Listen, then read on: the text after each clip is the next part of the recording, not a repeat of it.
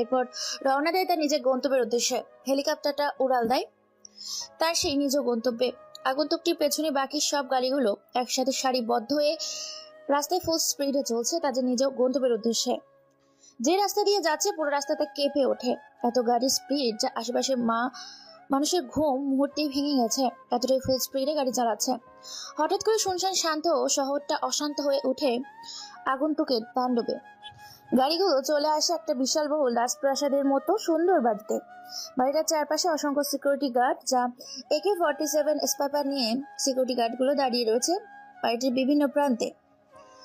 আগন্তুকটি গাড়ির ভেতর থেকে নেমে পুরো বাড়িটা একবার চোখ বুলিয়ে নেয়। তারপর একটা মুচকি হাসি দিয়ে পকেট থেকে কালো রঙের একটা সিগারেট বের করে টানতে থাকে। মুচকি হাসি দিয়ে বলে ওঠে, আমি যে শহরে এসেছি এই খবরটা কেউ জানে না তো? না ভাই, এ খবরটা কেউ জানে না, পুরো শহর ফাঁকা। বিগত 1 মাসে কোন কোন জায়গা থেকে বেশি অপরাধ হয়েছে তার একটা লিস্ট বের করে আজকের মধ্যে আমাকে দিয়ে দিবি। ঠিক আছে ভাই, লিস্টটা তৈরি করা আছে, শুধু একটু চেক করে নিলেই হয়ে যাবে, তারপর আমি আপনাকে দিয়ে দিব। ওকে ঠিক আছে, আমি পুরো বাড়িটা ঘুরে দেখতে চাই। ঠিক আছে ভাই, চলেন আপনাকে পুরো বাড়িটা ঘুরে দেখাচ্ছি। আপনার মনোমতো করে বাড়িটাকে তৈরি করে সাজিয়েছি। এখানে কেউ ভিতরে প্রবেশ করতে পারবে না, যদিও প্রবেশ করে তাহলে বের হতে পারবে না। আচ্ছা, আমি বাড়িটা ঘুরে দেখতে চাই আর এখানকার সিকিউরিটি সম্বন্ধে জানতে চাই। ওকে বস, ঠিক আছে, চলেন আপনাকে পুরো বাড়ি ঘুরে দেখাচ্ছি এবং কোথায় কোন সিকিউরিটি রাখা আছে তা বলে দিচ্ছি। ওকে ঠিক আছে, সবাইকে নিয়ে চলো। এরপর সেই আগন্তুকটি তার পুরো দলকে নিয়ে তার পুরো বাড়িটা পর্যবেক্ষণ করতে থাকে। কোথায় কিরকম সিকিউরিটি তৈরি করেছে এবং বাড়ির কোন জায়গায় কোনখানে কি আছে তা দেখার জন্য সবাই মিলে গেটের সামনে যায়। সেখানে গিয়ে আগন্তুকটির ডান হাত রনি যে আগন্তুকটির সমস্ত কাজ নিজে হ্যান্ডেল করে। গেটের সামনে গিয়ে সবাই থামে। এরপর রনি বলে ওঠে, ভাই, গেটের সামনে 6 জন সিকিউরিটি রাখা হয়েছে, 2 জন উপরে 2 জন নিচে। এতটুকু নাকি আরো আছে? এখানে কিছু ক্যামেরা আছে, ক্যামেরার সাথে বন্দুক ফিট করা আছে। রুমের ভিতরে যারা সিসিটিভি নিয়ন্ত্রণ করে তারা সেখান থেকে ট্রিগারে চাপ দিয়ে বুলেট দিয়ে শত্রুকে প্রতিহত করতে পারবে। গুড, সিকিউরিটি আমার ভালো লেগেছে। এখন পিছন দিক দিয়ে যাব ভাই। ওকে। এবার রনি নামের ছেলেটা আগন্তুক সহ সবাইকে নিয়ে রওনা দেয় পেছন দিকে। পেছন দিকে একটা বড় গোপন রাস্তা আছে। সেই গোপন রাস্তা দিয়ে ঠিক শহরের মাঝখানে যাওয়া যাবে। এমনকি এখান দিয়ে বড় বড় ট্রাক যাতায়াত করতে পারবে। সুড়ঙ্গ তৈরি করেছে এই অজানা ভয়ঙ্কর আগন্তুকটি। রনি মুচকি এসে বলে ওঠে, ভাই, এখানে আপনার কথা মতো সমস্ত রকম সিকিউরিটি দিয়ে তৈরি করেছে গোপন রাস্তা। এখান থেকে শুধু মানুষ নয়, বরং পুরো শহর যাতায়াত করতে পারবে। আমাদের সমস্ত কাজে লিডে রাস্তা দিয়েই যাতায়াত করে। এছাড়া পুরো বাড়ির চারিদিকে 10 জন করে সিকিউরিটি রাখা হয়েছে। এমনকি বাড়ির উপরে সব জায়গায় সিসিটিভি ক্যামেরার সাথে বন্দুক ফিট করে রাখা আছে। এবং যারা সিসিটিভি ফুটেজ চেক করে তারা ঘরে বসে ট্রিগারে চাপ দিলে শত্রুকে প্রতিহত করতে পারে। ওকে ঠিক আছে রনি, তোমাদের বাইরের সিকিউরিটি গার্ড আমার ভালো লেগেছে। এখন আমি বাড়ির ভেতরটা দেখতে চাই। ওকে বস, ঠিক আছে, চলুন ভিতরটা আপনাকে দেখিয়ে দিচ্ছি। এরপর রনি নামের ছেলেটা তার বস অজয় আগন্তুককে নিয়ে রওনা দেয় বাড়ির ভেতর। ভেতর থেকেও সুন্দর বাড়িটা। ভেতরটা কোটি কোটি টাকা খরচ করেছে এই সুন্দর বাড়ি তৈরি করতে। অসম্ভব সুন্দর, যেন সোনা দিয়ে রূপা দিয়ে তৈরি করেছে পুরো বাড়িটা। বাড়ির চারিদিকে লাগানো আছে বিভিন্ন সিসিটিভি ক্যামেরা, সাথে লাগানো আছে বিভিন্ন অস্ত্র, বিদ্যুৎ চলে গেলে সহজেই জ্বলবে বাতি। লাগানো আছে বিভিন্ন রকম জেনারেটর এবং আইপিএস।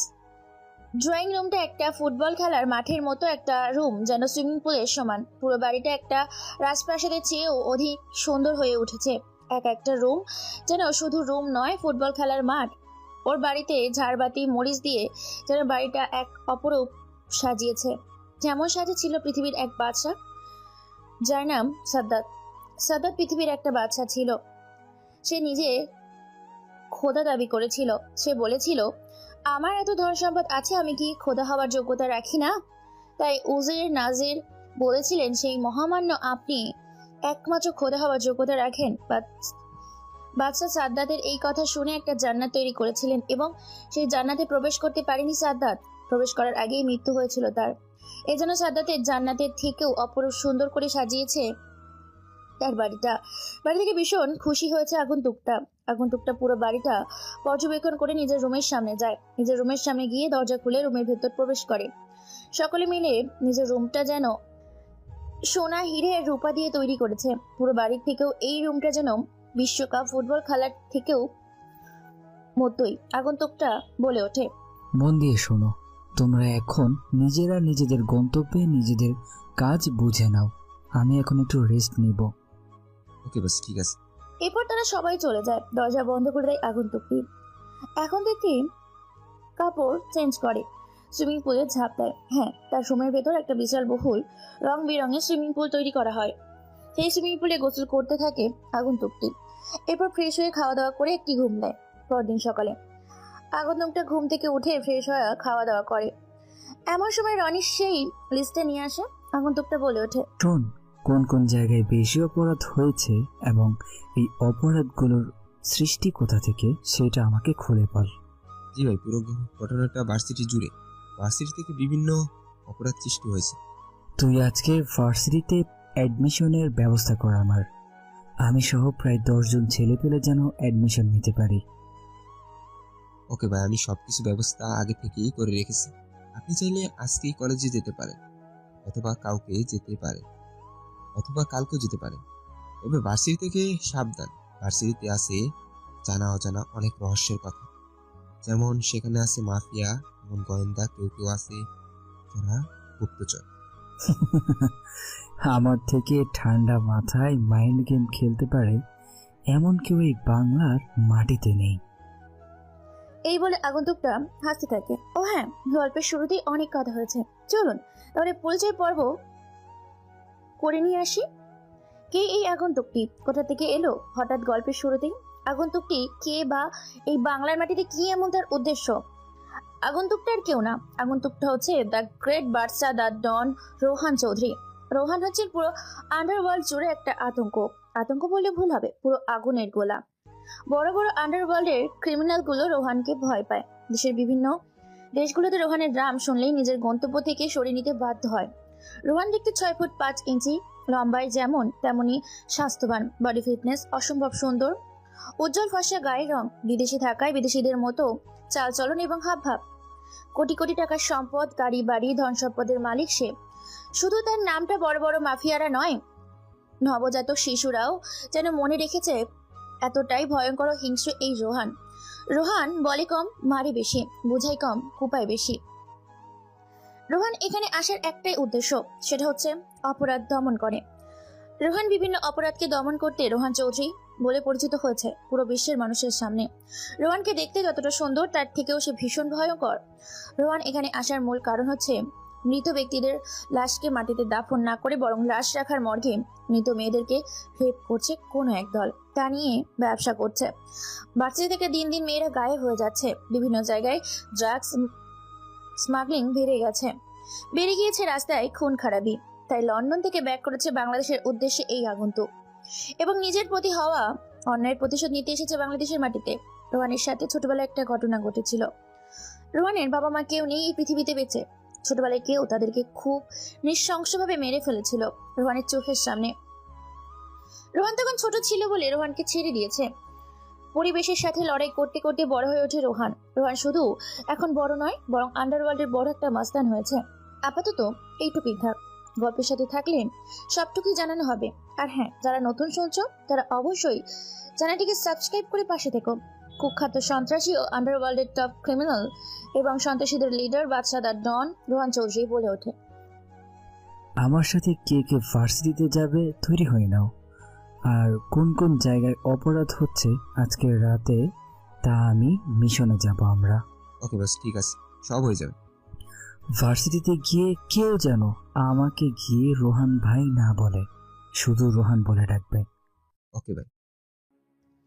এরপর তারা নিজেদের গন্তব্যের উদ্দেশ্যে বেরিয়ে পড়ে। পুরো শহরটা হয়েছে মেতে ওঠে, গাড়ি ঘোড়া এবং যানবাহন মানুষের কোলাহল ভরে ওঠে নতুন করে এই শহরটাতে। সকাল 9টা বাজে। ভার্সিটি গেটের সামনে হেলতে দুলতে ভার্সিটির ভেতর প্রবেশ করছে কেউ একজন। পরনে আছে তার সাদা রঙের একটি টি শার্ট, পরনে ঢিলা ঢালা প্যান্ট, চোখা মোটা প্রেমে সাদা রঙের একটা চশমা। চুলগুলো চিরুনি দিয়ে আঁচড়ে নেওয়া, মাথায় চুপচুপে তেল দিয়েছে। দেখতে মোটামুটি শ্যামলা না হলেও কালো রঙের ব্যক্তিটি। পরনে থাকা টি শার্টটা ঘেমে একাকার, শরীরের সাথে লেপ্টে আছে। পায়ের সাথে থাকা স্যান্ডেলগুলো অনেক পুরনো, প্রায় ক্ষয় হয়ে গেছে। কলেজের গেট দিয়ে ভার্সিটিতে প্রবেশ করে ছেলেটি এদিক ওদিক তাকিয়ে নাকের কাছে চশমা এনে আবার ডানে বামে তাকিয়ে চশমাটা ঠিক করে সামনের দিকে রওনা দেয়। ছেলেটি ভার্সিটিতে প্রথম, তাই কোনো দিকে যেতে হবে বুঝতে পারছে না। চারিদিকে শুধু উঁচু উঁচু বিশাল বড় বিল্ডিং। এরপর এরকম বড় বড় ভবন থেকে ছেলেটি হিমশিম খেয়ে যায়। কোন দিকে যাবে বুঝতে পারেনি, নিজের মতো করে পায়ে হেঁটে চলছে। কয়েকবার সামনে এগিয়ে যেতে ছেলেটা কারোর সাথে ধাক্কা খায়। ধাক্কা খেয়ে ছেলেটি পড়ে যায়, চশমাটাকে খুঁজতে থাকে। অবশেষে কেউ একজন ছেলেটির চশমা খুঁজে তাকে পরিয়ে দেয়। ছেলেটি গালে পরপর বেশ কয়েকটা থাপ্পড়ে পুরো জায়গাটা কেঁপে ওঠে। পুরো জায়গা নিস্তব্ধ শুনশান হয়ে যায়। সকল ছাত্রছাত্রী সেদিকে তাকিয়ে আছে। ছেলেটি অবাক নয়ন ভরা দৃষ্টিতে সামনে তাকিয়ে থাকা মানুষের দিকে তাকিয়ে আছে। সামনে দাঁড়িয়ে থাকা ব্যক্তিটি চিৎকার করে বলে ওঠে, কি রে, তুই কি চোখে দেখতে পাস না? জলজ্যান্ত একটা মানুষকে এসে ধাক্কা দিয়ে দিলে। সরি সরি ভাই, আসলে দেখতে পাইনি। সেটা তো আমিও দেখতে পাচ্ছি যে তুই একটা কানা। সরি ভাই, আসলে আমি বুঝতে পারিনি। চুপ শালা খ্যাত, তোর মতো খ্যাতরা এরকম একটা নামি দামি ভার্সিটিতে কি করে অ্যাডমিশন পাই আমি সেটাই বুঝতে পারি না। ছেলেটা আর কোনো কথা না বলে সেখান থেকে চলে যায়। ছেলেটি কোনো কিছু না বলে মুচকি একটা হাসি দিয়ে সামনে হাঁটা দেয়। সামনের দেওয়ালে স্পষ্ট লেখা আছে যে কোন ভবনে কোন ডিপার্টমেন্ট, ছাত্রছাত্রীরা কোন ক্লাসরুমে যাবে। রোহান যেহেতু অনার্স দ্বিতীয় বর্ষের ছাত্র, সেই জন্য সে নিজের ক্লাসরুম খুঁজতে থাকে। খুঁজতে খুঁজতে নিজের ক্লাসরুম চলে যায়। নিজের ক্লাসের রুমের দরজা খুলে ভেতরে প্রবেশ করেই তো রোহানের চোখ কপালে, কারণ ক্লাসরুমে কোনো ছেলে নাই, আছে শুধু মেয়ে। এতগুলো মেয়েকে দেখে ট্যাসকে খেয়ে যায়। রোহান ভেতরে প্রবেশ না করে যখনই চলে আসতে যাবে বাইরে, তখনই ক্লাসরুমের ভেতর থেকে কোনো এক মেয়ে রোহানকে দেখে ফেলে। রোহানকে দেখে ফেলার সাথে সাথে মেয়েটি বলে ওঠে পেছন থেকে, এই যে হিরো, কোথায় যাচ্ছিস? ভেতরাই। মেয়েটির কথা শুনে ছেলেটি সেখানে থমকে যায়। কি করবে বুঝতে পারে না, কেননা ভেতরে মেয়েগুলো শুধু বসে নেই, বরং সিগারেট টানছে। কেউ বিয়ার খাচ্ছে, কেউ সিগারেট টানছে। রোহান বুঝতে পারে না কি করবে। মেয়েটা পেছন থেকে আবার বলে ওঠে, কিরে, নিজে থেকে আসবি নাকি তোর কাছে যেতে হবে? রোহান আর কোনো উপায় না পেয়ে মেয়েটির কথা মতো তাদের সামনে গিয়ে দাঁড়ায়। ছেলেটির দিকে তাকিয়ে সবাই হাসতে থাকে। হাসতে হাসতে যেন সবাই পেট ফেটে যাচ্ছে। মেয়েগুলো বেঞ্চ থেকে উঠে রোহানের চারপাশ ঘুরতে থাকে আর হাসতে থাকে। কেউ রোহানের শার্ট ধরে টানছে, কেউ চুলগুলো এলোমেলো করে দিচ্ছে, তার জামা ধরে টানছে কেউ। তাদের থেকে রোজা নামের মেয়েটি বলে ওঠে, কিরে, তুই তো দেখতে হিরোদের মতো। শুধু হিরো না, বল স্মার্ট স্টাইলিশ সুপার হিরো খ্যাত বাবু। শুধু খ্যাত নয়, তুই তাহলে বিশ্বখ্যাত। তোকে দেখতে যতটা সুন্দর, তার থেকে দেখতে রাস্তার কুকুরগুলো তো বেশি সুন্দর। যা বলেছিস রোজা, একে দেখলে তো ভাত খাওয়ার রুচিটা পর্যন্ত চলে যাবে। এই রোজা, কিরে, তুই কি ভার্সিটিতে অ্যাডমিশন নিয়েছিস নাকি চাঁদা তুলতে এসেছিস? না আপু, আসলে আমি ভার্সিটিতে অ্যাডমিশন নিয়েছি। আমি অনার্স দ্বিতীয় বর্ষের ছাত্র। আমার নাম রোহান। তোকে কি আমরা পরিচয় দিতে বলেছি? তুই যেভাবে পরিচয় দিচ্ছিস মনে হচ্ছে আমরা তোকে বিয়ে করব। না আসলে আপু, রোজা দেখ, আমাদের হিরো খ্যাত বাবুর চশমাটা কত সুন্দর। জানি না কোন বিদেশি আমলের এই খ্যাত চশমা পরে এসেছে। আজকের যুগের মানুষ এরকম চশমা পরে। তুই শুধু চশমাটাই দেখতে পেলি, আর কিছু দেখতে পেলি না? ওর পরানো থাকা পোশাক, পায়ে স্যান্ডেল, ঢিলে ঢালা পোশাক, মাথা থেকে এখনো খাঁটি সরিষার তেল চুইয়ে চুইয়ে পড়ছে, গায়ের রং কালো। জানি না কতদিন ধরে যে ও গোসল করে না, সে আল্লাহ মালিকই জানে। যা বলেছিস, একে যে কেউ দেখলে ভয় পেয়ে যাবে। আর যদি রাতে কেউ দেখে, ওই মানুষটা নিশ্চয়ই হার্ট অ্যাটাক করবে। আপু আমি তাহলে এখন আসি, প্রিন্সিপাল স্যারের সাথে আমার দেখা করতে হবে। এই বলে ছেলেটি চলে যাচ্ছিল। রোজা ও তার দলবল ছেলেটিকে নিয়ে হাসাহাসি এবং রং তামাশায় মেতে উঠেছিল। পুরো ক্লাস জুড়ে শুধু মেয়ে, কোনো ছেলে নেই। প্রত্যেকটা মেয়ে সিগারেট খাচ্ছিল। রোজা ওদের মধ্যে লিডার, পুরো ভার্সিটির একটা বাঘিনী। শুধু বাঘিনী বললে ভুল হবে, পুরো ভার্সিটির রাজত্বটাই শুধু তার রাজত্বে।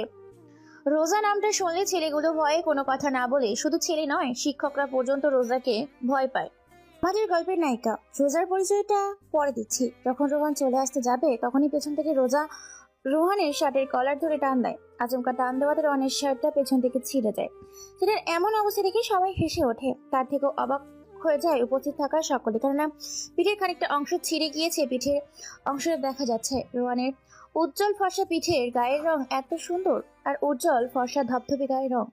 মেয়েগুলো হাসি মুখটা মুহূর্তের মধ্যেই বন্ধ হয়ে যায়। রোজা এটা দেখে বলে ওঠে, কি রে, তোর মুখ হাত পা দেখতে তো কালো, অথচ ভেতরটা এত ফর্সা আর উজ্জ্বল কি করে?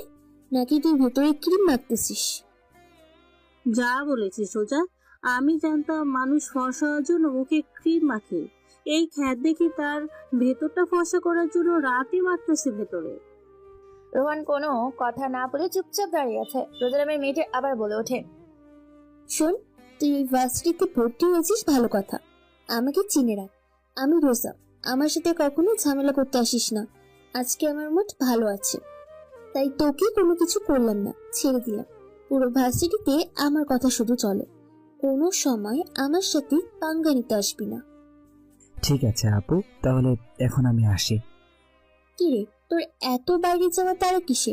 যাবি ঠিক আছে, তার আগে আমাদের সাথে কয়েকটা সিগারেটে টান দিয়ে যা।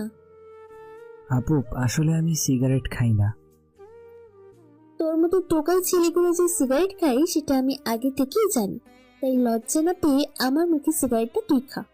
রোজা নামের মেয়েটির কাছ থেকে উপস্থিত থাকা সবাই হা করে তাকিয়ে আছে। যেভাবে সিগারেট খাচ্ছে তাতে তাকে দেখে মনে হচ্ছে সে প্রফেশনাল সিগারেট খোর।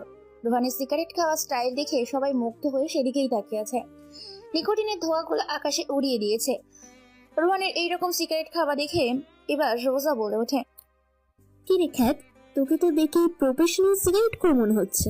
তাছাড়া তুই চলাফেরার হাব ভাব দেখি বোঝা যাচ্ছে তোকে দেখতে যা তুই আসলে ঠিক তা নস। রোহান একথা শুনে চমকে উঠে খক খক করে কেসে ওঠে। রোহান সেখানে আর কোনো কথা না বলে মুচকি একটা হাসি দিয়ে বলে ওঠে, আসসালামু আলাইকুম আপু, আমি তাহলে আসি। এবার রোহান সেখান থেকে দ্রুত চলে যায়। এক মুহূর্ত সেখানে দেরি না করে বেরিয়ে পড়ে ভার্সিটির বাইরে এসে রাস্তার এক সাইড ধরে নিজের পায়ে হেঁটে যেতে শুরু করেছে নিজের গন্তব্যের উদ্দেশ্যে। সবাই রোহানের দিকে তাকিয়েছে, কেননা পুরো শহরের পোশাক আর রোহানের পোশাক ভিন্ন। আগাগোড়া ছেলেটি হেলতে দুলতে রাস্তার এক সাইড ধরে এগিয়ে চলেছে তার নিজের গন্তব্যের উদ্দেশ্যে। খানিকটা পথ যেতে না যেতেই সবার চোখের আড়ালে জনশূন্য এলাকার মাঝখানে বিশাল বহুল একটা দামি কার এসে থামে। ছেলেটি এদিক ওদিক তাকিয়ে সেই দামি কারের ভেতর বসে পড়ে। গাড়িটি রওনা দেয় তার গন্তব্যের উদ্দেশ্যে। এদিকে রোজা বলে ওঠে, ওই খেতে এত বড় সাহস যে আমার কথা অমান্য করে এখান থেকে বেরিয়ে গেল। কালকে ওকে বোঝাবো এই রোজা কি জিনিস। গাড়িটা চলে আসে একটা বাড়ির ভেতর। হ্যাঁ, রোহানের বাড়ির ভেতর। ছেলেটা আর কেউ নয়, ছেলেটা ছিল রোহান। চলুন এই রোজাকে, রোজার পরিচয়টা কি জেনে আসে। রোজা হচ্ছে এখানকার নেতার মেয়ে। নেতার মেয়ে বললে ভুল হবে, শুধু নেতা না, বড় নেতাদের রোজা যার নেতৃত্বে পুরো শহর চলে তিনি হচ্ছেন রেলওয়ে মন্ত্রী। রোজার বাবা হচ্ছে একজন রেলওয়ে মন্ত্রী। বাবা মায়ের একমাত্র সন্তান রোজা। রোজা দেখতে অসম্ভব সুন্দর, তবে সবসময় যে ছেলেদের মতো পোশাক পরে, T shirt, jeans, sunglass, suit, jacket এসব পরেই ভার্সিটিতে আসে। আর হ্যাঁ, সে মেয়ে হয়ে কিন্তু R15 নতুন ভার্সনের বাইক চালায়। দেখতে দেখতে ভার্সিটির ছুটি হয়ে যায়। রোহান নিজের বাড়িতে এসে খাওয়া দাওয়া করে ফ্রেশ হয়ে ল্যাপটপে কাজ করতে থাকে। এমন সময় সেখানে রনি এসে বলে ওঠে, ভাই একটা খবর আছে, শুধুমাত্র এখন খবরটা দিল। হাবিব বলল ফোন করে যে আজকে নাকি লাশ রাখার মর্গে মৃত মেয়েদের লাশগুলোর সাথে ব্যবসা করা। মানে কি, বিষয়টা খুলে বল।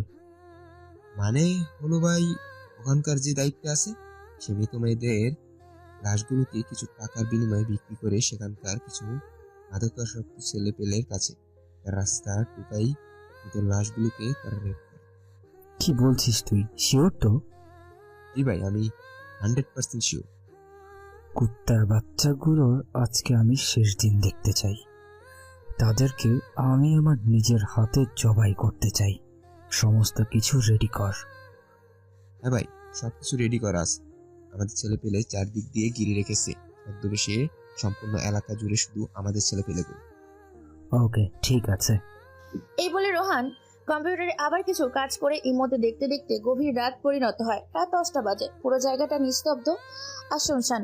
রোহান নিজের পোশাক চেঞ্জ করে আগন্তুকের ছদ্মবেশে বেরিয়ে পড়ে তার নতুন গন্তব্যের উদ্দেশ্যে।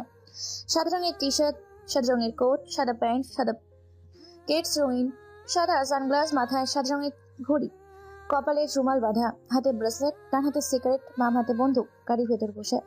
রোহানের পেছন পেছন আর 10টা গাড়ি গন্তব্যের উদ্দেশ্যে। অন্যদিকে পুরো জায়গা জুড়ে শুধু নিস্তব্ধ, চারদিকটা অন্ধকার আর শুনশান। বৃষ্টিতে পরিবেশটা থমকে উঠেছে। আকাশে বিকট আওয়াজে বিদ্যুৎ চমকাচ্ছে। আকাশটা বিকট আওয়াজে বজ্রপাত করছে। আকাশের এরকম ভয়ঙ্কর বজ্রপাতে চারদিকটা কেঁপে উঠছে। আষাঢ় শ্রাবণ মুষলধারায় চারিদিকে বৃষ্টি পড়ছে। বৃষ্টির শব্দে চারদিকটা মুখরিত হয়ে উঠেছে। চারদিকে ভীষণ অন্ধকার হয়েছে। বৃষ্টির কারণে মানুষ ছোটাছুটি করছে তাদের নিজ গন্তব্যের উদ্দেশ্যে অথবা আশ্রয় কেন্দ্রের উদ্দেশ্যে। পুরো জায়গাটা নিস্তব্ধ আর শুনশান। শহরের বাইরে পরিত্যক্ত নিস্তব্ধ জায়গা। গাড়িগুলো রাস্তার পাশে এসে থামে। চারিদিকে বৃষ্টি পড়ছে। গাড়ির ভেতর থেকে এক এক করে সবাই বের হয়। এরপর গাড়ির ভেতর থেকে বের হয় রোহান। অন্যদিকে প্রায় 10 জন ছেলেপুলে প্রবেশ করেছে লাশের কারখানায়, মর্গের ভেতর, যেখানে মৃতদের রাখা হয়। সেখানে গিয়ে ছেলেগুলো সেখানকার নাইট ডিউটি ছেড়ে দায়িত্বে থাকা ব্যক্তিটিকে কয়েকটা টাকার বান্ডিল দেয়। সিকিউরিটি গার্ড টাকা পেয়ে খুশিতে আত্মহারা মুচকি এসে ছেলেগুলোর উদ্দেশ্যে বলে ওঠে, ভিতরে তোদের জন্য সবকিছু রেডি করে রাখা আছে। তবে সত্যি কথা বলতে কি, আগে যেগুলোকে তোরা ভোগ করেছিস তাদের থেকেও আজকে সুন্দর সুন্দর মাল রাখা আছে, যাদের ফিগার দেখলে পাগল হয়ে যাবে। সিকিউরিটি গার্ডটি এই কথা বলাতেই ছেলেগুলো ভেতরে প্রবেশ করে। ভয়ঙ্কর একটা পরিবেশ, শুধু লাশ আর লাশ। চারিদিকে অন্ধকার শুনশান। শহরের ঠিক বাইরে এদিকে তেমন কেউ আসে না। পুরো নিস্তব্ধ আর শুনশান থেকে এদিকে তেমন কেউই আসে না, একদম শহরের বাইরে। ছেলেগুলো এক এক করে মেয়েগুলোর ওপর থেকে সাদা রঙের চাদরটা সরিয়ে দেয়। ছেলেগুলো মেয়েগুলোর মধ্যে উলঙ্গ শরীরটা দেখে লোভ লালসায় মেতে ওঠে। ছেলেগুলোর পরনে থাকা পোশাকগুলো এক এক করে খুলতে শুরু করে। এরপর মেয়েদের মৃত লাশগুলো নিজেদের আয়ত্তে নিয়ে একের পর এক খুবলে খুবলে খেতে থাকে, রেপ করতে থাকে পাগলের মতো, নিজেদের মতো করে সুখ নিতে থাকে। মৃত লাশগুলো যেন যেভাবে পাচ্ছে ঠিক সেইভাবেই ব্যবহার করছে। বাইরে বসে সিকিউরিটি গার্ড দুজন তারা নিজেদের মতো সিগারেট টানছে। এদিকে প্রচন্ড বৃষ্টিতে ভিজতে ভিজতে মর্গের সামনে এসে দাঁড়ায় রোহান সহ তার পুরো দলবল। হঠাৎ করে সিকিউরিটি গার্ডগুলো এতগুলো মানুষ থেকে চমকে ওঠে। কি বলবে বুঝতে পারে না। ভয়ে তাদের গলা শুকিয়ে গেছে। কেননা বন্দুক, বিভিন্ন অস্ত্র, কুড়াল, বিভিন্ন ধারালো ব্লেড, যেগুলো মানুষ দিয়ে হত্যা করা হয়। ভয়ে সিকিউরিটি গার্ডটি বলে ওঠে, কে তোমরা? আর এতগুলো মানুষ তোমরা কি করে? তোমাদের হাতে অস্ত্র কেন? তোমাদেরকেও কি নিয়ে চাই? লোকটির কথা শুনে পাগলের মতো হাসতে থাকে রোহান। রোহান মুচকি এসে পকেটে থাকা সিগারেট বের করে এই বৃষ্টি ভেজা রাতে পাগলের মতো টানতে থাকে। মুচকি এসে রোহান বলে ওঠে, কুত্তার বাচ্চা, শালা শুয়োরের বাচ্চা, মেয়ে নয়, তোর জানটা চাই আমার। হঠাৎ করে গম্ভীর আওয়াজে সিকিউরিটি গার্ডটি এই কথা শুনে চমকে ওঠে। ভয়ে গলা শুকিয়ে যায়, হাত পা কাঁপাকাঁপি শুরু করেছে। তারপরে বুঝতে পারে না বুঝে বলে ওঠে, তোরা জানিস তোরা কি বলছিস? তোদের মাথা ঠিক আছে? দেখ, তোদের মেয়ে লাগলে বল। এত অসংখ্য মেয়ে আছে, যা ইচ্ছে তাকে করে চলে যেতে পারিস, কোনো টাকা দিতে হবে না। আজকে যা ইনকাম করেছি তা দিয়ে 1 মাস হয়ে যাবে। জানোয়ার কথাকার, হুমুন্দির ভূত, তুই কি জানিস আমি কে? কে তুই? তোকে দেখে তো বোঝা যাচ্ছে রাস্তার কোনো টোকাই, যারা রাস্তায় চাঁদাবাজি করে, রাতের আধারে ডাকাতি করে, তাদেরই লিডার হবি তুই? এই কথা শুনে হাসি থাকে পাগলের মতো রোহান। এমন হাসি দেখে চমকে যায় সেই দুইজন সিকিউরিটি গার্ড। চোখের পলকে পেটের ভেতর ঢুকিয়ে দেয় দুটো কাচের টুকরা এফোর ওফোর হয়ে পেট ভেদ করে বাইরে বের হয়ে আসে। গলগল করে রক্ত বের হতে থাকে। কোনো কথা বলার সুযোগ না দিয়ে বুকের ওপর কোড়াল দিয়ে কূপ মারে। এক কোপে কোড়ালটা পেট ভেদ করে বাইরে বের হয়ে আসে। তারপর টানতে টানতে মর্গের ভেতর প্রবেশ করে। সেখানে গিয়ে তো মাথা নষ্ট। সকলে নিজের চোখের সামনে এরকম দেখে কি করবে বুঝতে পারে না। পুরো পাগল হয়ে ওঠে রোহান। সোনার তৈরি কোড়াল দিয়ে কুপাতে থাকে মর্গের ভেতর থাকা অর্ধ উলঙ্গ ছেলেগুলোকে, যাকে যেখানে পাচ্ছে সেখানেই কোপাচ্ছে। মুহূর্তের মধ্যে পুরো মর্গ লাল রক্তে ছেয়ে যায়। ছেলেগুলোকে কোড়াল দিয়ে কেটে পিস পিস করে ফেলেছে। রোহানের রাগে শরীর ফেটে যাচ্ছে। পুরো দৃশ্যটা ভিডিও করে ফেলে। এরপর সেই সিকিউরিটি গার্ড দুটোকে সেখানে চেয়ারে বেঁধে ফেলে। এখনো বেঁচে আছে, মরো অবস্থা। রোহান বলে ওঠে, কুত্তার বাচ্চা, তোর সাহস কি করে হয় এই রোহান বেঁচে থাকতে বাংলাদেশে এরকম জঘন্যতম অপরাধ করার? ভাই, এই বিভিন্ন ব্যবসার সাথে জড়িত আছে অবৈধ সব ব্যবসা। বহু বছর ধরে এই ব্যবসা করছে, কোটি টাকার মালিক হয়ে গেছে এতদিন এসে। তুই মৃত মেয়েদেরকে নিয়ে ব্যবসা করছিস রাতের আধারে? রোহান মানে লন্ডনের সে কুখ্যাত মাফিয়া রোহান চৌধুরী? আরে হ্যাঁ রে শালা কুত্তার বাচ্চা, তোদের জন্য ভাই লন্ডন থেকে বাংলাদেশে এসেছি। গত 7 দিন হলো তোদেরকে নিয়ে ভাইয়ের প্রথম মিশন শুরু হলো। বাংলাদেশ শক্তির খেলা শুরু হয়েছে। ভাই আমার ভুল হয়ে গেছে, আমাকে এবারের মতো ছেড়ে দাও। আমাকে তোমরা বাঁচাও, আমি কথা দিচ্ছি আমি আর এমন কাজ করব না। এই কথা শুনে পকেট থেকে একটা ধারালো ব্লেড বের করে এলো পাথরের টানতে থেকে সিকিউরিটি গার্ডটির মুহূর্তের মধ্যে শরীরটা কেটে একাকার। কেউ ভিডিও করে এবং সমস্ত কিছু প্রমাণ সহ থানার উদ্দেশ্যে পাঠিয়ে দেয় সাংবাদিকের প্রেস মিডিয়ায়। তারপর সে বৃষ্টি ভেজা রাতে রোহান ঝুমঝুম বৃষ্টিতে চারিদিকে থই থই করছে গাড়িগুলো নিয়ে এক এক করে বেরিয়ে পড়ে নিজের বাড়ির উদ্দেশ্যে। বাড়িতে এসে ফ্রেশ হয়ে খাওয়া দাওয়া করে ফ্রেশ মাইন্ডে একটা ঘুম দেয়। সকালবেলা টেলিভিশনের পর্দায় সাংবাদিক বলছে, আজকের প্রকাশিত খবর যে সারা দেশের প্রভাব ফেলেছে, চমকে দিয়েছে সারা দুনিয়ার মানুষকে। বাংলাদেশের মানুষ আছে আতঙ্কে, আছে ভয়ে। পরপর প্রায় 15 থেকে 16টিরও বেশি মার্ডার করে রেখে গেছে লাশখানার মর্গে কুখ্যাত সন্ত্রাসী এবং আন্ডারওয়ার্ল্ডের কিলার মাফিয়া রোহান চৌধুরী। হ্যাঁ, রোহান লন্ডনের মাটি থেকে বাংলাদেশের মাটিতে পা রেখেছে। এতগুলো এয়ারপোর্ট, এতগুলো সিকিউরিটির চোখে ফাঁকি দিয়ে প্রবেশ করেছে বাংলাদেশের মাটিতে। বাংলাদেশের মাটিতে পা রাখার সাথে সাথে মার্ডার করেছে 15 থেকে 16টি ছেলে। সেখানে অনৈতিক কাজ করত এবং সেখানকার সিকিউরিটি গার্ডটি মেয়েদের মৃতদেহ নিয়ে ব্যবসা করতে খবর পেয়ে রোহান চৌধুরী তার দলকে নিয়ে সেখানে যায়। ঘটনাস্থলে প্রমাণসহ নির্মমভাবে হত্যা করে সেখানকার উপস্থিত থাকা সকলকে। এই ছিল আজকের সকালের খবর। ধারে চায়ের দোকানে, কেউ বাড়িতে, অথবা কেউ মোবাইলে সকালবেলা ঘুম থেকে উঠেই হালকা কিছু খেয়ে এই সময় টেলিভিশন দেখছিল।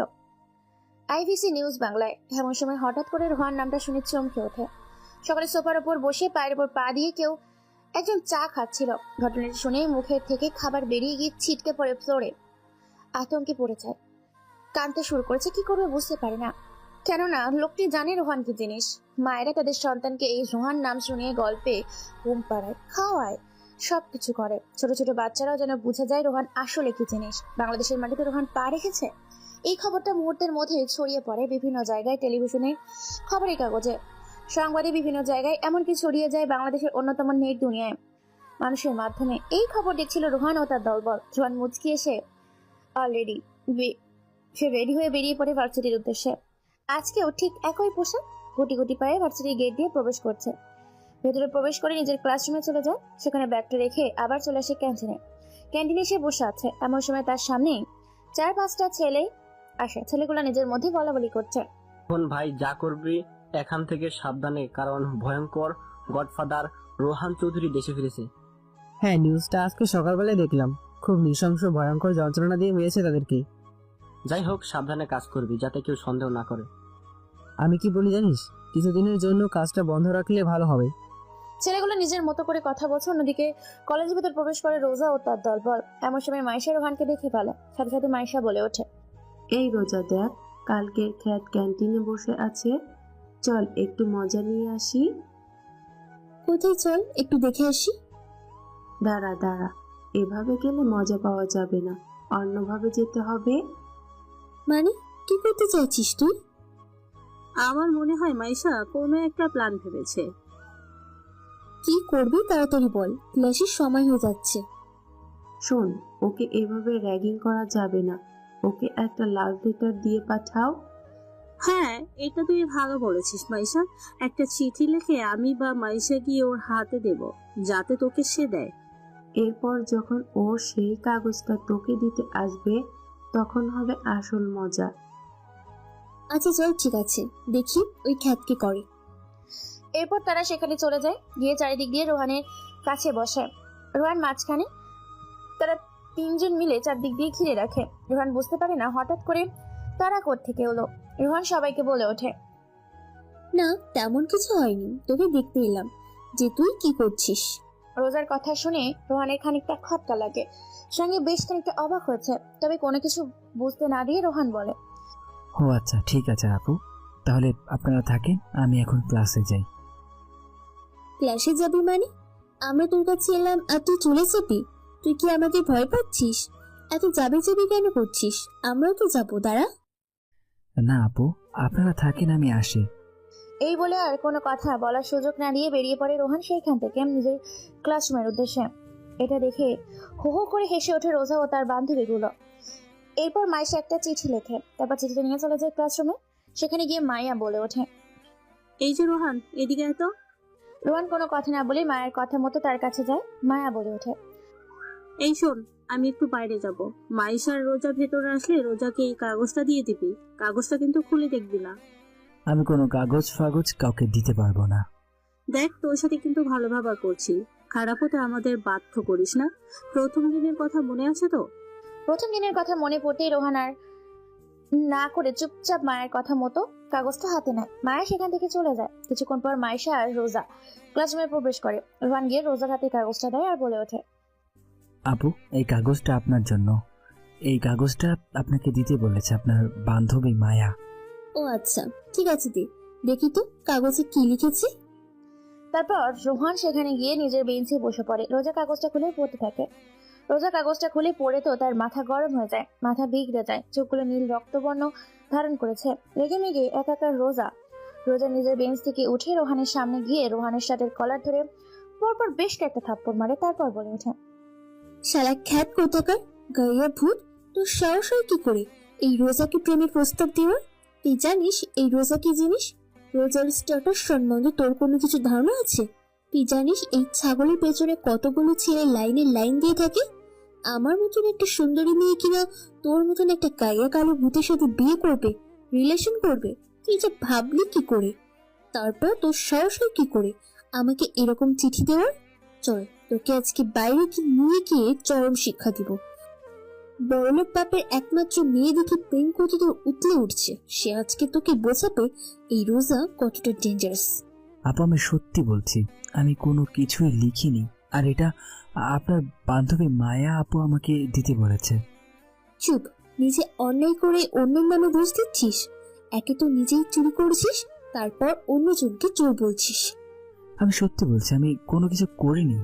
আমাকে ছেড়ে দিন প্লিজ, আমার সাথে কোনো কিছু করবেন না। আমি এখানে পড়তে এসেছি, কোনো ঝামেলা করতে আসিনি। সেটা তোর আগে ভাবা উচিত ছিল। তুই যেহেতু এখানে পড়তে এসেছিস, তাহলে আমাকেই চিঠিটা দেওয়ার সাহস পেলি কোথা থেকে? চল বাইরে, চল, তোকে ক্যাম্পাসের মাঠে নিয়ে গিয়ে শিক্ষা দিব। এরপর রোহানের শার্টের কলার ধরে টানতে টানতে মাঠের মাঝখানে নিয়ে যায়। সেখানে গিয়ে দাঁড় করিয়ে রাখে রোহানকে। এরপর সেখানে মায়া আসে। রোজা মায়াকে দেখে বলে ওঠে, কি রে মায়া, তুই নাকি এই ছেলেটাকে বলেছিস যাতে এই কাগজটা তুই আমাকে দিস? তুই কি আমাকে কোনো কাগজ দিতে বলেছিলি এই খ্যাত গাইয়া গেও ভূতটাকে? না তো, কে বললো আমার কথা? আমি তো ক্যান্টিনের বাইরে গিয়েছিলাম। এই যে আমাদের হিরো খ্যাত বাবু তোর নামে বলছিল যে তুই নাকি এই চিঠিটা দিতে বলেছিস। ওর এত বড় সাহস! দাঁড়া তো, ওকে আজকে চরম শিক্ষা দিব। এই বলে চোখের ইশারা দিতেই সেখানে মাবেল গোবর নিয়ে আসে। শোন, আমার জুতো খুলে এই গোবরের মধ্যে ভালো করে মাখিয়ে ওর সারা শরীরে জুতো দিয়ে পেটাবো ওকে। এরপর ওর শরীরে মার্বেল ঢেলে দিব। রোজার এরপর এক মুহূর্তে দেরি না করে জুতো দিয়ে মারতে শুরু করে। মূর্তি পুরো গাল ফাটিয়ে ফেলেছে। রোহান কোনো কথা বলে না। রোহান নিস্তব্ধ কলা গাছের মতো সেখানেই দাঁড়িয়ে আছে। এরপর পুরো শরীরে মোবাইল ঢেলে দেয় রোহানের। যেখানে যেখানে মার্বেল পড়ছে সেখানে কালো কুচকুচে হয়ে গেছে। অনেক জায়গায় পড়ে গেছে। সব ব্যথা যন্ত্রণা সহ্য করে চুপচাপ দাঁড়িয়ে আছে রোহান। কেউ তো ভিডিও করছে, আবার কেউ ফেসবুকে স্ট্যাটাস দিচ্ছে বিভিন্ন রকম। রোজা বলে ওঠে, এই রোজার সাথে পাঙ্গা নেওয়ার মানে নিজের বিপদ নিজে ডেকে আনা। কথাটা মনে রাখবি খ্যাত কোথাকার। এই বলে সবাই চলে যাবে। তখনই পেছন থেকে বেশ কিছু বাইকের আওয়াজ শুনতে পায়। সবাই পিছন ঘুরে তাকিয়ে চমকে যায়, কেননা পেছনে প্রায় অনেকগুলো গাড়ি দাঁড়িয়ে আছে। রাকিব সহ তার দলবল। এই রাকিবকে চলুন তাহলে, রাকিব হচ্ছে সিন্ডিকেট, চাঁদাবাজি এবং রংবাজি এবং সন্ত্রাসী ক্রিমিনাল। পুরো শহরে তার রাজত্ব করে। প্রকাশে দিন দুপুরে মানুষ খুন করে, পার্জি তাদের দাপটে চলে। গাড়িগুলো এসে ব্রেক করে রোহানের সামনে। ছেলেগুলোর মাঝখানে এসে উপস্থিত হয় সবুজ আর সুমন এসে বলে ওঠে, ভাই, আপনারা এসেছেন? এলাম, অনেকদিন ধরে ভার্সিটিতে আসা হয়নি। 4 দেয়ালে আটকে থাকতে থাকতে শরীরে জং ধরে গেছে।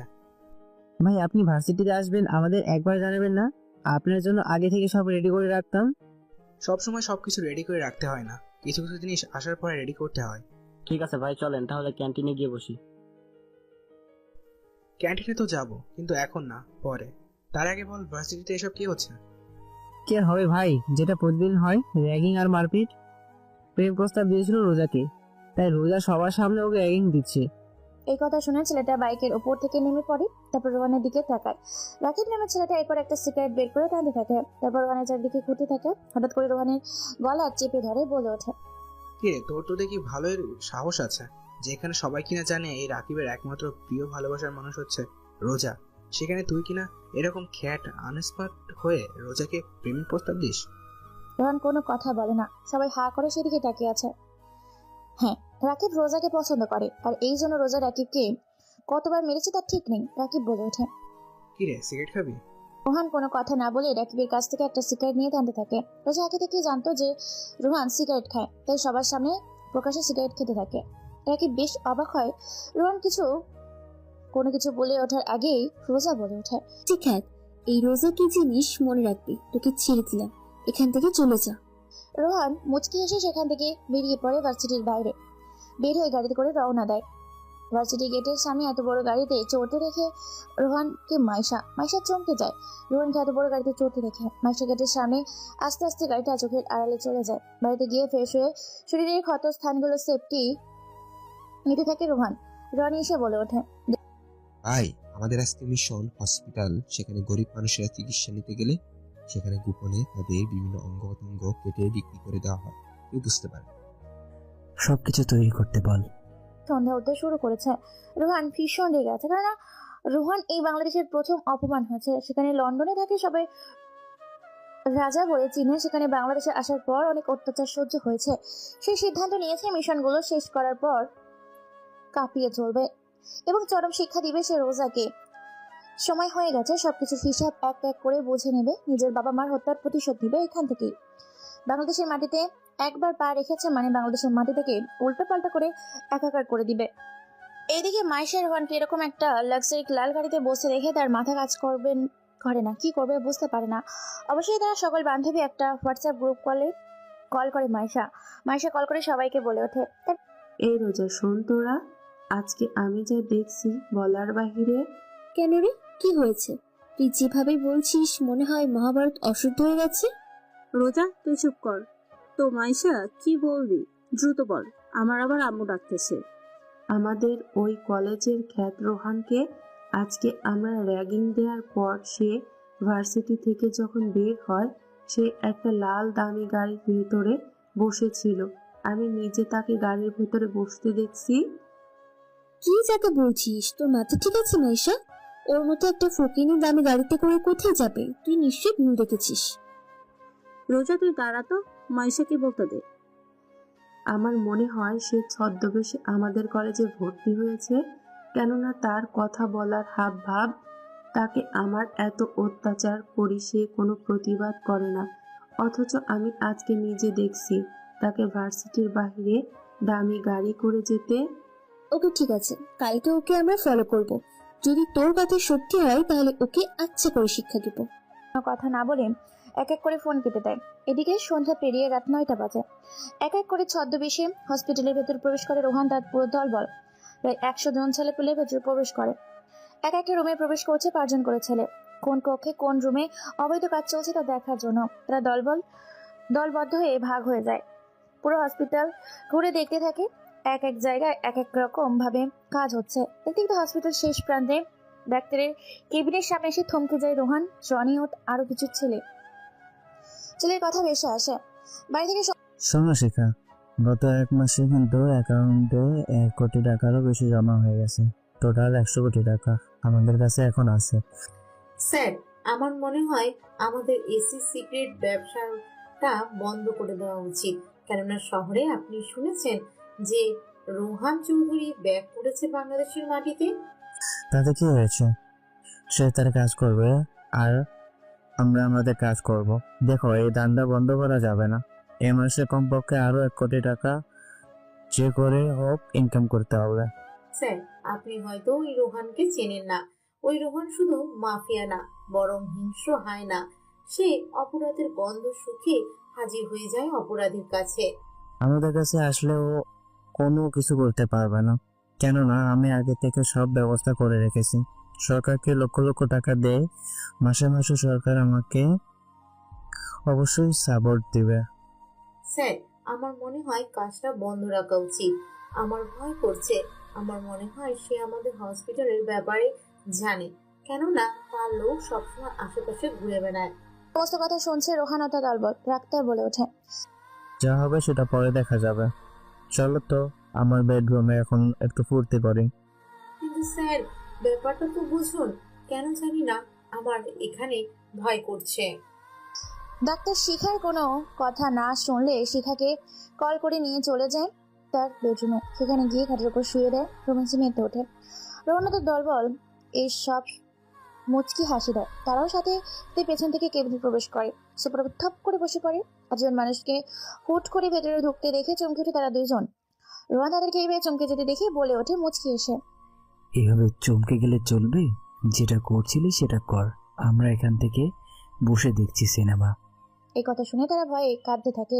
কি করবে কি বলবে বুঝতে পারে না। রোহান একটা সিগারেট বের করে মনের সুখে টানতে থাকে। দুজন উলঙ্গ হয়ে ঘাটের উপর বসে আছে। এটা ভিডিও করতে থাকে রোহানের ছেলেপুলেগুলো। কেউ ছবি তুলতে থাকে। রোহান বলে ওঠে, কুত্তার বাচ্চা, তোরা এখানে সিন্ডিকেট করিস? তোদের জন্য আমার বাবাকে মরতে হয়েছে। তোদেরকে পাঠা ছাগলের মতো জবাই করে মারবো। তোরা চিনিস না আমাকে। এই রোহান কি করতে পারে বলে তাদের গলার শিরা উপশিরা কেটে দেয়। চিৎকার করে ওঠে তারা। ছটপট করতে থাকে বিছানার উপর।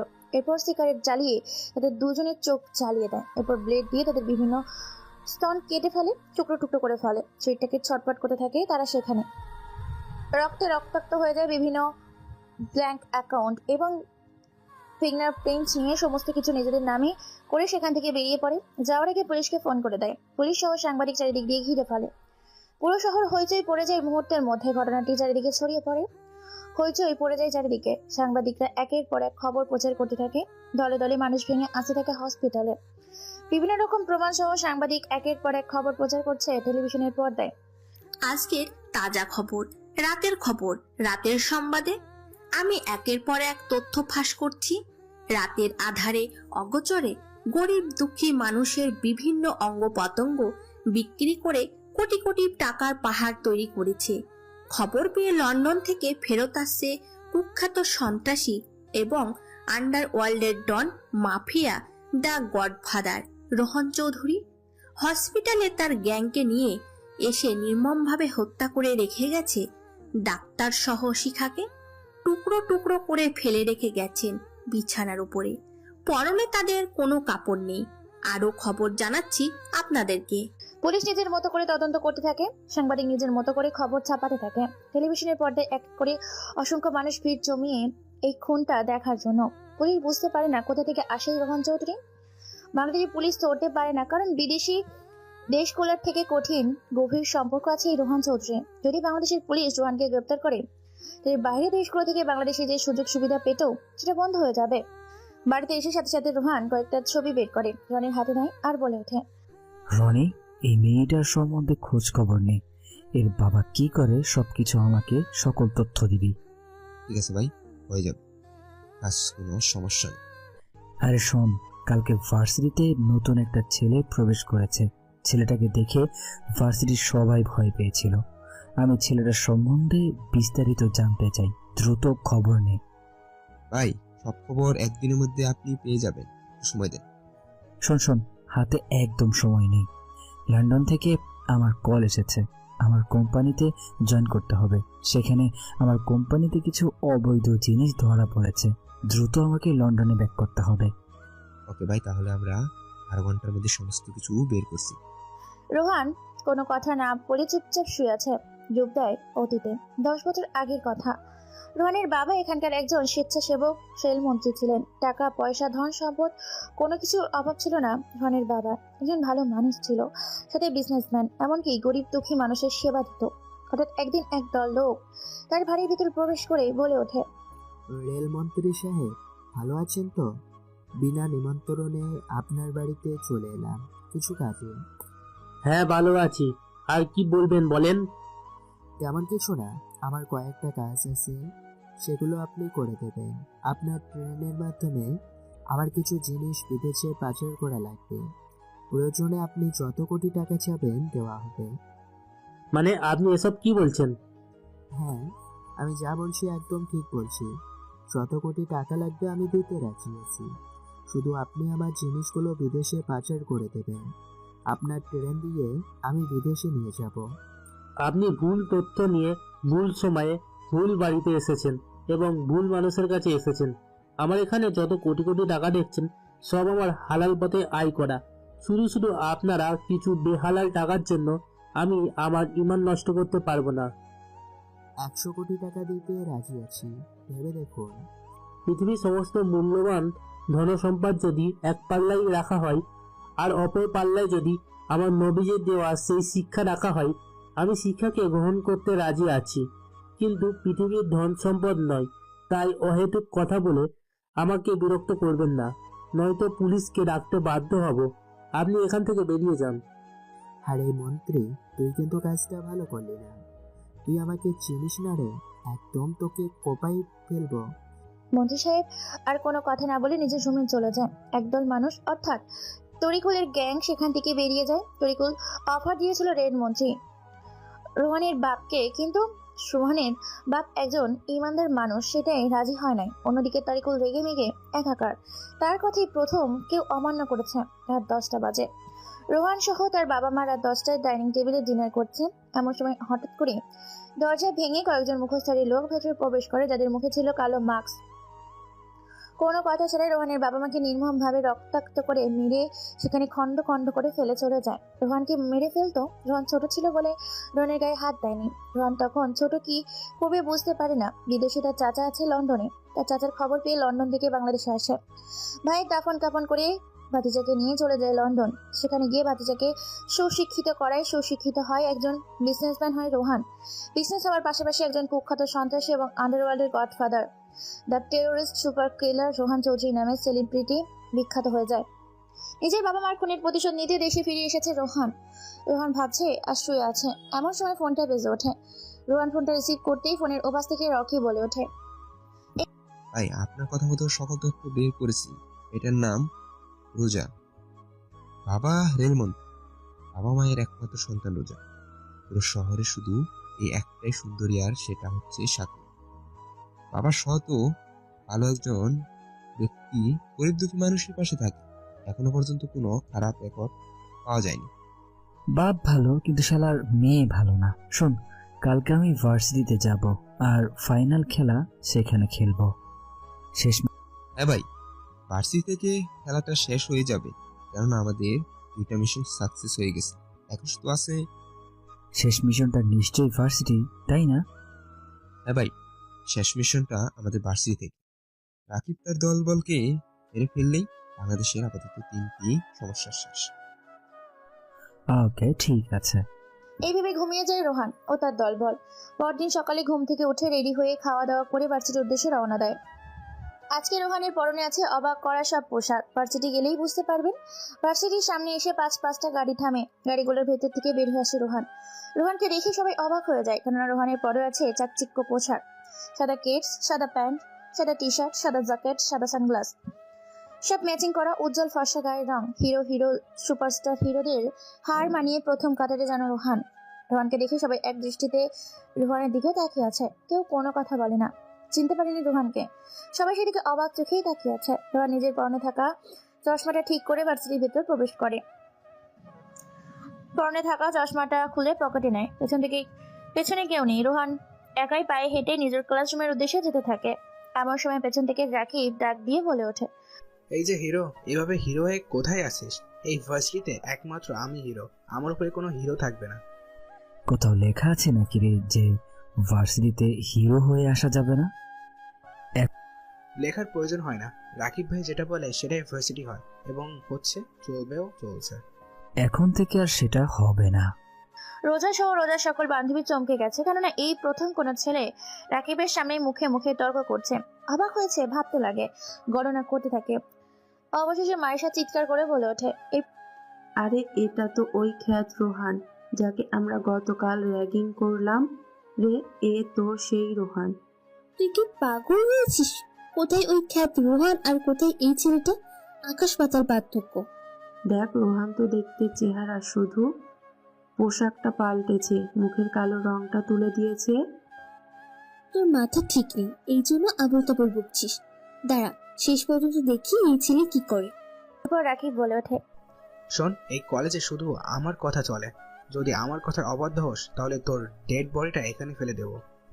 তোদের মতো পাতি নেতাগুলোকে আমার ভালো করে জানা আছে, আমার সাথে পাঙ্গা নিস না। তুই জানিস না রাইট পাওয়ার সম্বন্ধে? এই রাকিব ভার্সিটিতে প্রকাশ্যে বিভিন্ন রকমের স্মাগলিং মেরে প্রকাশ্যে করে সবকিছু। তাহলে তোর যদি ক্ষমতাই আছে আমার গায়ে হাত দিয়ে দেখা। এটা শুনে রাকিবও রোহানকে একটা ধাক্কা দেয়। রোহান কোনো কথা না বলে মুচকি একটা হাসি দেয়। রাকিব রোহানকে আবার ধাক্কা দিতে যাবে, এমন সময় কোথা থেকে একটা গরম বুলেট এসে রাকিবের কপালে এফোর এফোর করে বাইরে বের হয়ে যায়। রাকিবের দেহটা সেখানেই পড়ে যায়। মুহূর্তের মধ্যে পুরো জায়গাটা নিস্তব্ধ হয়ে যায়। সবাই ভয়ে কয়েক পা পিছিয়ে যায়, চমকে যায় পুরো কলেজ মাঠ জুড়ে। কেননা ভয়ঙ্কর এক পরিস্থিতির সৃষ্টি হয়েছে কলেজের মাঠে। এই দৃশ্য দেখে রাকিবের ছেলেপুলেগুলো এগিয়ে আসে রোহানকে মারতে, কিন্তু তারা চোখের পলকে মাটিতে লুটিয়ে পড়ে, কেননা তাদেরকেও সবার চোখের অগোচরে কেউ বা কারা গুলি করে হত্যা করেছে। খবরটি সারা দুনিয়ায় ছড়িয়ে পড়ে মুহূর্তের মধ্যে। সাংবাদিক সহ সোশ্যাল মিডিয়ায় ভাইরাল হয়ে যায় পুলিশ আছে। পুলিশ এসে রোহানকে জিজ্ঞেস করে বলে ওঠে, মিস্টার রোহান, আপনি ওনাকে হুমকি দিয়েছিলেন। ভার্সিটির ছাত্রছাত্রীরা বলছেন আপনাদের মধ্যে তর্ক বিতর্ক হয়েছিল, সে সময় আপনি ওনাকে হুমকি দেন। আপনাকে কেউ ভুল ইনফরমেশন দিয়েছে। পুলিশ অফিসার, আমি বলেছিলাম তোর সাহস থাকলে আমার শরীরে হাত দিয়ে দেখা। তাদের কথোপকথনের মাঝখানে রোজা ও তার দলবল বলছিল। রোহানের কথা শুনে রোজা বলে ওঠে, রোহান সেখান থেকে স্যার, এই ছেলেটি ঠিক বলেছে। রোহান যখন ওকে এই কথাগুলো বলে তখন রাকিব তাকে কয়েকটা ধাক্কা দেয়, তারপর জানি না কোথা থেকে কেউ বা কারা গুলি করে। ওকে, ঠিক আছে, প্রমাণ ছাড়া আমরা কোনো কিছু করতে পারি না। যদি প্রমাণ পাই আপনাকে আমরা গ্রেফতার করব। শিওর। রোহান সেখান থেকে চলে যায়। মাসি সেদিকে তাকিয়ে আছে। রোজা বলে ওঠে, কিরে, তোরা এভাবে হা করে ওদিকে তাকিয়েছিস কেন? ছেলেটা কি হ্যান্ডসাম, তাই না? দেখতে অসম্ভব সুন্দর, পুরো বিদেশিদের মতো। যা বলেছিস মাইশা, ছেলেটাকে দেখলে আমার তো প্রেম করতে ইচ্ছে করছে। তোরা থামবি? ওর মতো একটা খ্যাত আর রাতারাতি কি করে পাল্টে গেল? নিশ্চয়ই পেছনে কোনো রহস্য আছে। চল, ওকে ফলো করতে হবে। আমি ওর বিষয়ে সবকিছু জানতে চাই। কে এই ছেলে? রাতারাতি কি করে নিজের গেটআপ চেঞ্জ করতে পারে? তাছাড়া রাকিবের মতন একজন কুখ্যাত সন্ত্রাসীকে মেরে ফেললো কে বা কারা? এটা তো ভাবার বিষয়। তারপর তারা আর কোনো কথা না বলে তারাও ক্লাসে চলে যায়। সামনের বেঞ্চে একাই বসে আছে রোহান। এদিক ওদিক না তাকিয়ে পুরো ক্লাসে মন দেয়। প্রথম ক্লাস করে রোহান বেরিয়ে যায়। চাঁদ দেখতে ভালো করে খুঁজতে থাকে। অন্যদিকে রাকিবের বাবা তালিকুর খবর পেয়েছে ব্যাঙ্গালোরের থেকে, রওনা দিয়েছে ছেলের লাশ দাফন করার উদ্দেশ্যে। এদিকে রোহান প্রত্যেকটা কক্ষ এক এক করে পর্যবেক্ষণ করতে থাকে। রোজা রোহানকে ফলো করতে থাকে। রোহান সেটা বুঝতে পেরে ভার্সিটি থেকে বেরিয়ে পড়ে। রাকিবের পেছন পেছন রোজা বের হয়ে রোহানকে ফলো করতে থাকে। এরপর রোহান তার নিজের কেনা টাকা দিয়ে সেই দামি গাড়ি করে রওনা দেয় তার বাড়ির উদ্দেশ্যে। যাওয়ার সময় রোহান ফোন করে দেয় পুরো বাড়ি ফাঁকা করে দেওয়ার জন্য, একটা গার্ড যেন বাড়ির ভেতর না থাকে। রোহানের কথা মতো পুরো বাড়ি ফাঁকা করে দেয়। রোজা নিজের গাড়ি করে ফলো করতে থাকে রোহানকে। এক পর্যায়ে রোহান নিজের বাড়ির ভেতর প্রবেশ করে। রোজাও রোহানের পেছন পেছন বাড়ির ভেতর গাড়ি করে ব্রেক করে, হেঁটে বাড়ির ভেতর প্রবেশ করে। রোহান নিজের বাড়ির ভেতর প্রবেশ করে, রোজাও ভেতর প্রবেশ করে। রোহান সবটা দেখে মুচকি একটা রহস্যময় হাসি দেয়। পুরো বাড়ি ফাঁকা, নিস্তব্ধ, কেউ নেই, শুধু আছে দুইজন ব্যক্তি, এক রোহান, দ্বিতীয় রোজা। হঠাৎ করে মেইন গেটে দরজা বন্ধ হয়ে যায়। রোজা চমকে উঠে পেছনে ঘুরে দেখতে পায় দরজা বন্ধ হয়ে গেছে নিজে থেকে। রোজা পুরো বাড়ি ঘুরে দেখতে থাকে। হঠাৎ করে রোজা শুনতে পায়, সময় ডার্লিং, রোজা তোমার জন্য অপেক্ষা করছিলাম, পুরো বাড়িটা ফাঁকা। রোজা এই কথা শুনে চমকে ওঠে, কি করবে বুঝতে পারে না। রোজা খুঁজতে খুঁজতে একটা রুমের সামনে যায়। সেখানে কেউ একজন চেয়ারে উল্টো হয়ে বসে আছে। হ্যাঁ, সেটাই কেউ না, সেটা হচ্ছে রোহান। রোহান মনের সুখে সিগারেট টানতে থাকে। ভয় ভয় করে রোজা সেখানে যায়। তারপর পেছন থেকে রোহানকে ধাক্কা দেয়। রোহান মুচকি একটা হাসি দিয়ে পিছনে ঘুরে তাকায়। রোজা রোহানকে রেখে চমকে যায়। রোজা বলে ওঠে, তুই এখানে কি করছিস? আমার বাড়িতে আমি কি করব সেটা আমার ব্যাপার। আমার বাড়িতে আমি থাকবো না তো কে থাকবে? মাফি। মানেটা কি? এই বাড়িটা তোর আর ওই গাড়িটা তোর? আসল পরিচয় কি? কি তুই? Mafia godfather Rohan Chowdhury. রোহান চৌধুরী নামটা শুনে হাত থেকে ব্যাগটা পড়ে যায়। রোহান এটা দেখে মুচকি এসে বলে ওঠে, আমি জানতাম তুমি আমাকে ফলো করবে। তোমাকে আমার বাড়িতে আনলাম রোমান্স করব বলে। দাঁড়া, আমি এখনই পুলিশকে ফোন করছি। তোর রোম্যান্স আমি ছোটাচ্ছি। এই জন্য মাইশা আমাকে বলেছিল যে তুই আসলে সাধারণ কোনো ছেলে না। ওর কথাটা আমাকে আগে বিশ্বাস করা উচিত ছিল। আগে নিজেকে আমার হাত থেকে বাঁচা, তারপর পুলিশকে ফোন করিস। মানেটা কি? পুলিশ নেই, তোকে জেলে ভাত খাইয়ে আমি ছাড়বো। রোহান কোনো কথা ছাড়াই কোমর থেকে বন্দুক বের করে ফাঁকা জায়গায় গুলি করে। গুলির শব্দে ভয়ে থরথর করে কেঁপে ওঠে রোজা। হাত থেকে ফোনটা পড়ে ভেঙে যায়। রোহান এটা দেখে মুচকি একটা হাসি দেয় আর বলে ওঠে, এই কাগজে সই কর। কি আছে এই কাগজে? এই কাগজে আছে যে তুই নিজ ইচ্ছায় বিলিয়ে দিয়েছিস আমাকে তোর শরীর, কারণ তোকে এখন আমি রেপ করব। কি? হাউজি রাস্কেল কোথাকার! তোর সাহস হয় কি করে আমার সাথে এসব করার? কথা কম কাজ বেশি। আমি মরে যাব তবু তোর সাথে একই বিছানায় কখনো যাব না, আর আমি শুরু করব না। রোহান কোনো কথা ছাড়াই রোজার গলার ওপর একটা ছুরি ধরে চোখের ইশারায় দেয়। রোজা ভয়ে ঘামতে শুরু করেছে। রোজা ভয়ে সই করে দেয়। এরপর রোহান বলে ওঠে, তোর খুব অহংকার নিজের শরীরকে নিয়ে, আর তুই সুন্দরী বলে যা ইচ্ছা তাই করেছিস ভার্সিটিতে আমার সাথে সহ অনেকের সাথে। তাই এখন তুই তোর নিজের কাপড় খুলে নিজেই তুই তোর শরীরটা আমার কাছে সমর্পণ করবি। কুত্তা ইতর বাদর, তোর সাহস হয় কি করে আমাকে এসব প্রস্তাব দিও?